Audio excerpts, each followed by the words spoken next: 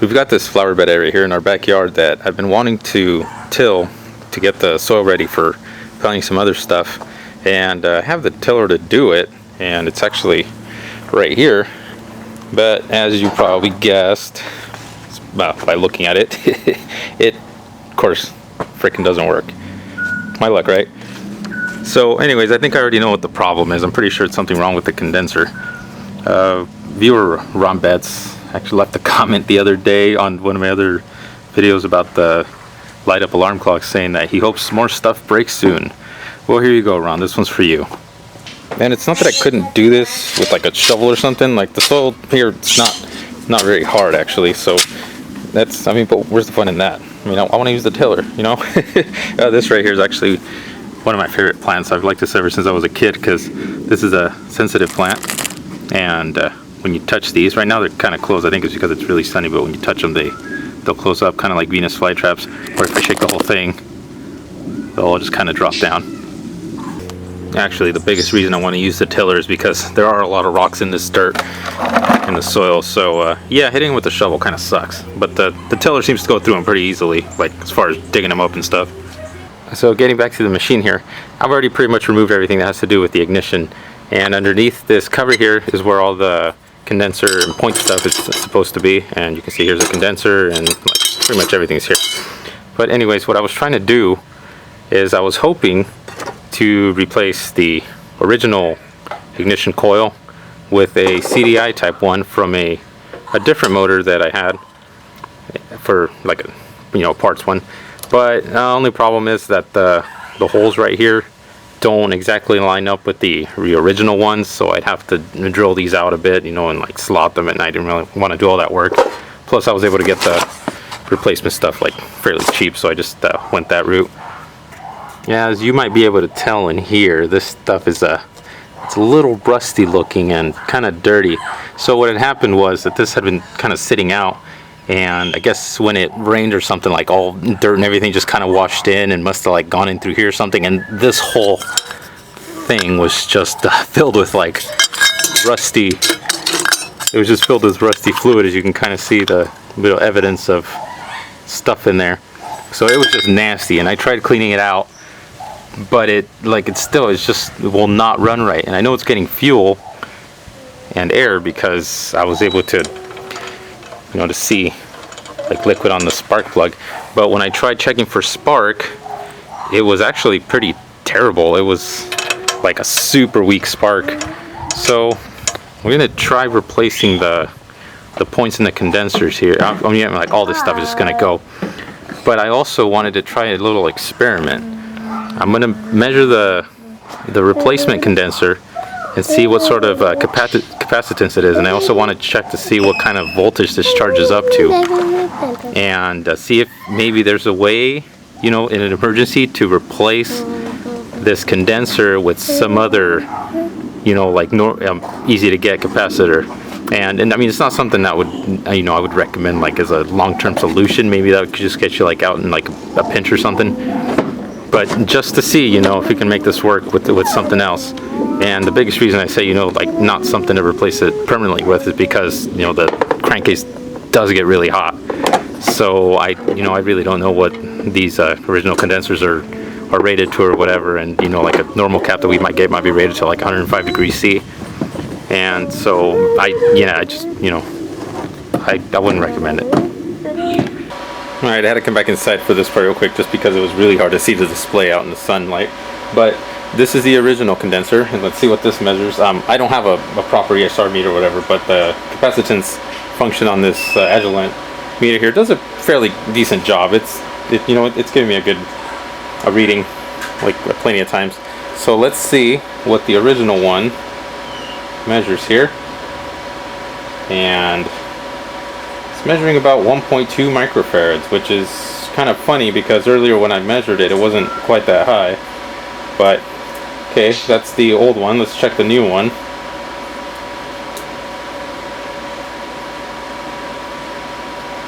(208 nanofarad.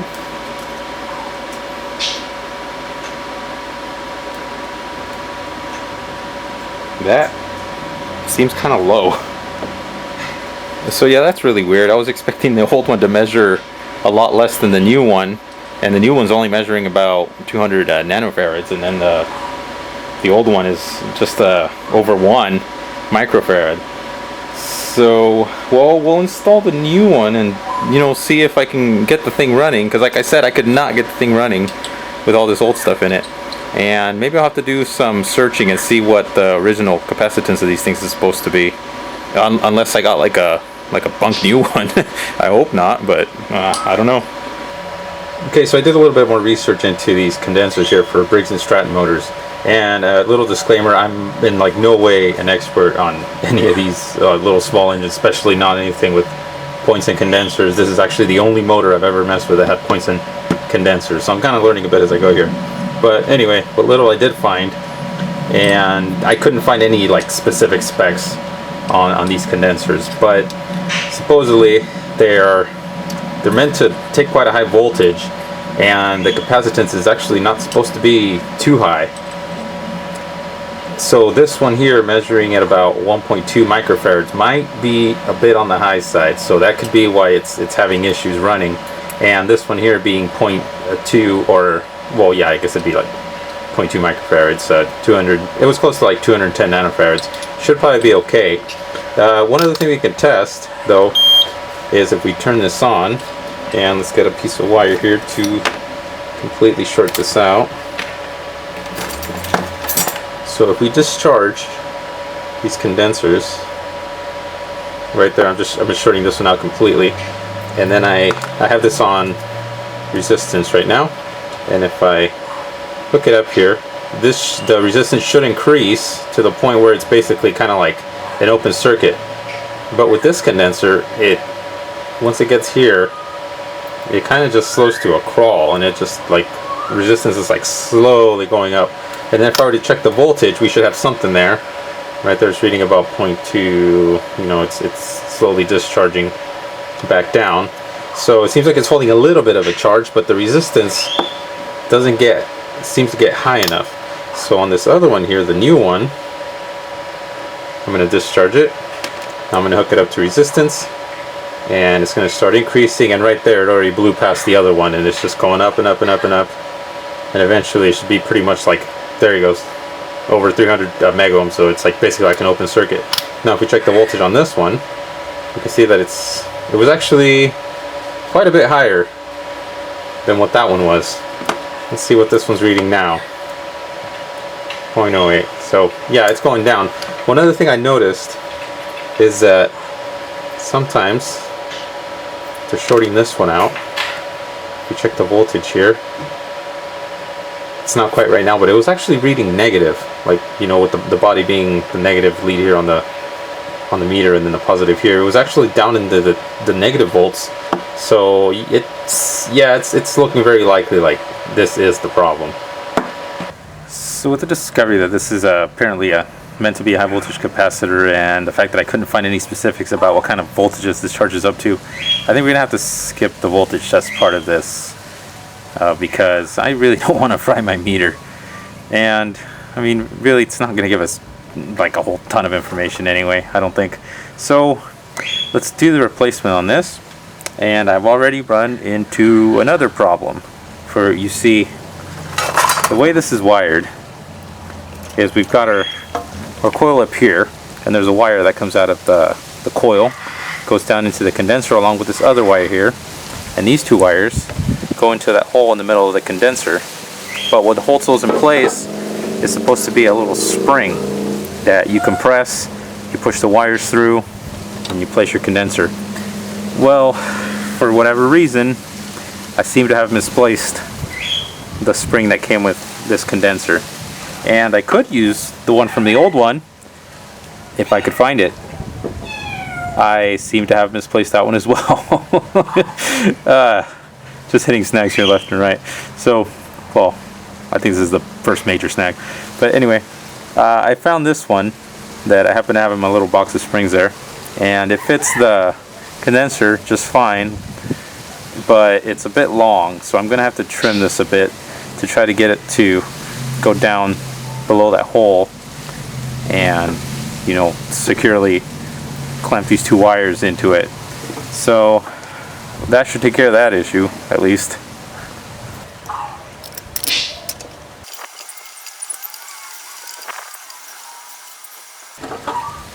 Alright, so I trimmed that spring. I put it so that the dead close side is like up towards the front here. And that way I can... This is supposed to come with a tool too, but apparently I'm missing that too. So I'm just going to use these tweezers to compress the spring. And the spring just shut off.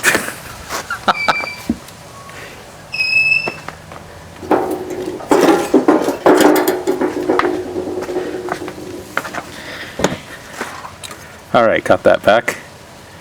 Let's try this again.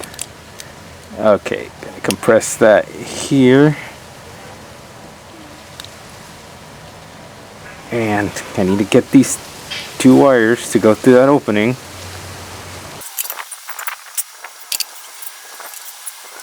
Okay, partially in, but they just need to go in a bit more.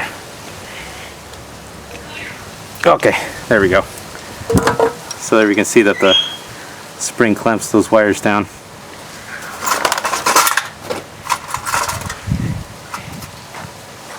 So now this goes here. These two wires come out through that little slot there. Then we have this little retaining clamp here.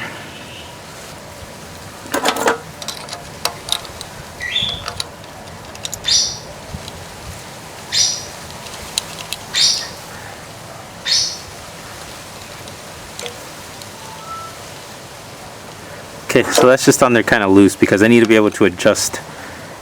I need to be able to adjust that condenser. Okay, this little plunger here just goes into this hole, and that's what allows the point to move up and down. This spring is supposed to go in here, or like this, I believe.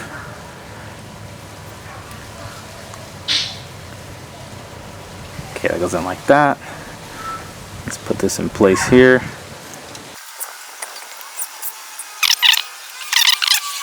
Okay, that seems like good. That seems good right there. And there's a little notch that's supposed to line up within the back there. And then we got our screw for that.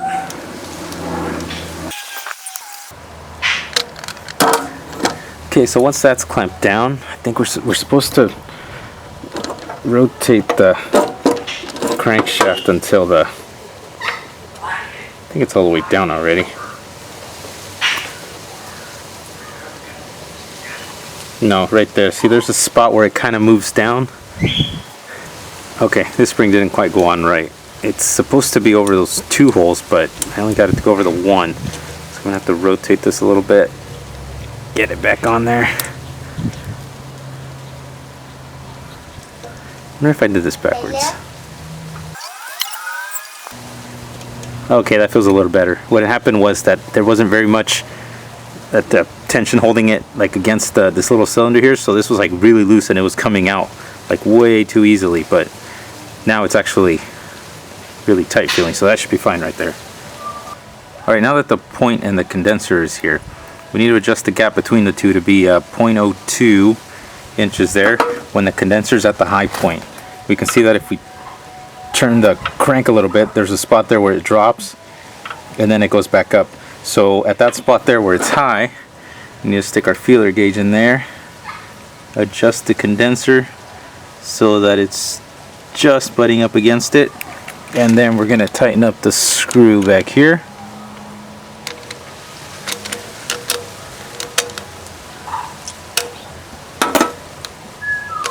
And that should give us the appropriate gap there. So now, as the motor turns, when it gets back to that spot, it contacts the condenser right there, and then it goes back up.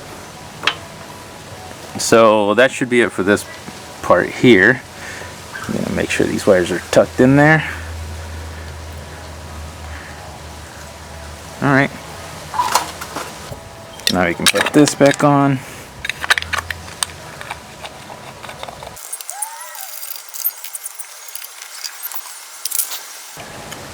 Okay, I'm going to put the new flywheel key in there. Here's the flywheel. And that should just slide on here. This clothes kind of in the way, so I got to lift it up. But, okay. So there's that. And now this is supposed to be, say you can use like a business card or whatever to gap the coil. I'm just going to use this folded over paper here, and then I need to put the washer here and the starter here.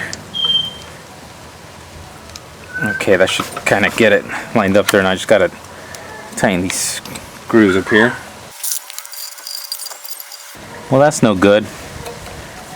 This screw here doesn't feel like it gets very tight. I'm telling you. So, just my luck. That hole is stripped. And I didn't over tighten it because it didn't give me any resistance at all when I was putting it back in. So I'm wondering if maybe if I use a slightly longer screw, if that'll work. Okay, never mind. I guess I jumped to conclusions there a little too quick. I was already assuming things were going wrong. I guess what happened was that the coil wasn't sitting like flush up against the block there, and it was I guess I only got like the first thread or something, and that's what was on the screw there. But it's fine now. I was able to tighten it. So and then another thing is that you have to have like the magnet here to pull the coil down when you have your whatever you're using there to gap the thing. So right there we have no rubbing, but now I got to tighten this. I don't have the proper tools for tightening these, so I'm just going to use a piece of hardwood and a hammer. Just positioning it right there and give it a tap. Go back to where it's a compression stroke there.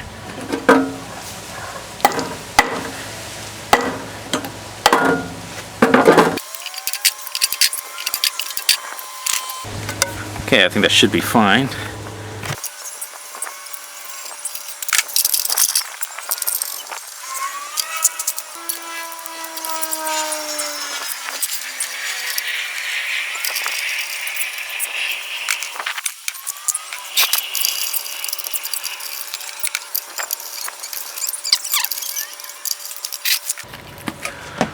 All right, let's see if this will crank.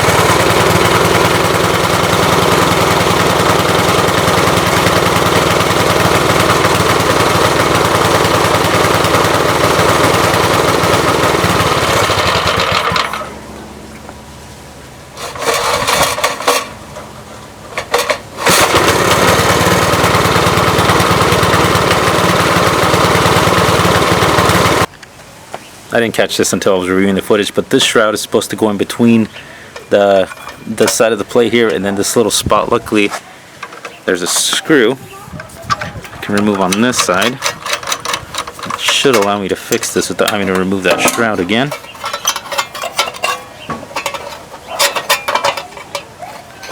So there it goes in. I can just put this screw back here.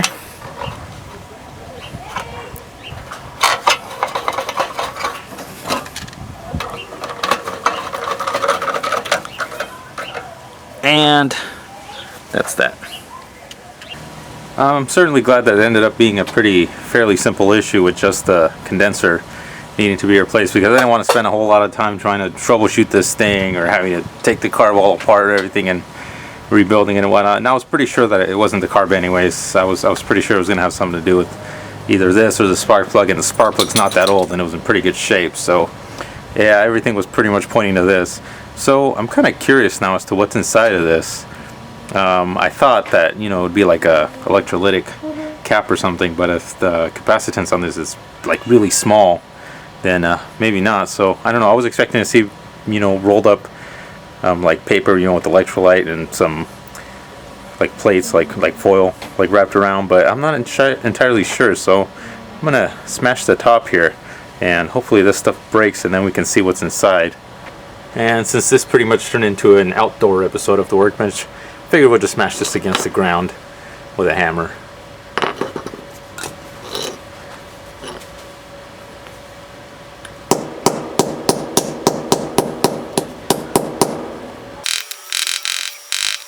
That stuff's chipping off, but it's not easy to get out yet.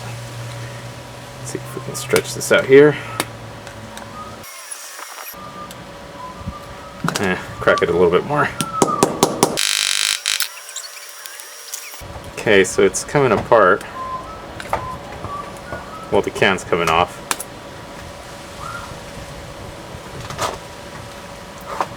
Ah!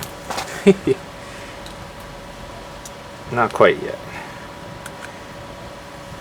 So it does, that looks like paper almost. Oh, there's the cap. So that there looks like it's sort of like a seal, like a compressed paper seal or something, or something like that. So then that's that looks like it's the contact for the top there. Oh, and then there's that inside. Let's see if we can pull this apart any farther. Whoa, that stuff. I'm not entirely sure what sort of metal that is, but it's like super soft. Like I can just push into it with these pliers here, and it just kind of easily smashes in.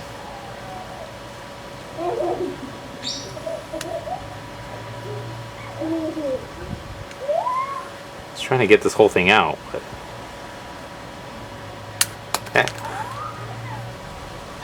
there it goes.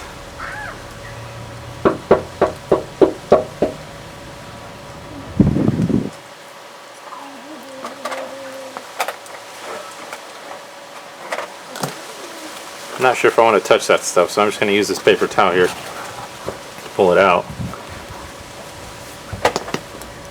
So that's the can. As you can see, it's empty now. So there's another sort of like a cap on the back here that's curved. It seems like it's like a spring of sorts, maybe to keep some pressure against the back of the can there. And this seems to have some sort of wax on the paper here to keep it rolled up. If anybody actually knows what that stuff inside there is, maybe they could let us know. But it looks like there's a little bit more in there too. I wonder if I can just push this out. Oh yeah. So that just pushes out. So that there's just like a paper tube. And then we have another plate here with holes in it. It seems like it's all sort of waxy. So there's that. And there's, this looks like it's rolled up too. I don't know where exactly this ends here. Yeah, it looks like it's on this side here. Oh, okay. So this is just so this is just like a wax capacitor, and I was expecting something crazy by the way this looked, but I think the whole reason why this it seemed like it was so soft. It was because like the foil is, it's like a bunch of, it's like really rolled up in there. So it's all rolled up, and then up here, like, it's just a bunch of like little individual like layers of it. So that's why it feels like it's so soft. So okay, so this just isn't as bad as I was thinking it was then. So yeah, that's, looks like it's pretty much all it is. Yeah, you can see right there where the roll of foil ends. Okay, well, I guess that answers that question. So after looking at this for a bit, it looks like maybe the reason this failed is, remember how I mentioned that there was a lot of like water built up inside of that cover where the condenser and the point was? Well, in here, looks like we've got some small evidence of rust. So I'm guessing maybe water managed to get past that seal and inside of the condenser here. So maybe that's why the capacitance kind of went up, because it had some moisture in there. So that's kind of interesting. Well, I mean, that's like the only evidence I see of why this might have failed, because other than that, I mean, it just being like rolled up foil inside of, you know, a can with just wax, there's like, I mean, other than the heat, you know, there doesn't really seem to be like any other reason why this would fail the way it did, and the capacitance would have gone up so high. Alright, well, I hope that was at least somewhat interesting. I know I learned a few things here. Maybe, you know, somebody else did too. I'm glad I got the thing working, like I said, and now I can actually get some work done. I'd probably get stuff done a lot faster around here if stuff wouldn't keep failing on me. But, you know, oh well, just gotta deal with it, I guess. Fix it as it goes. Alright, well, thank you guys for watching this outdoor edition of the Workbench, and see you guys around the bench.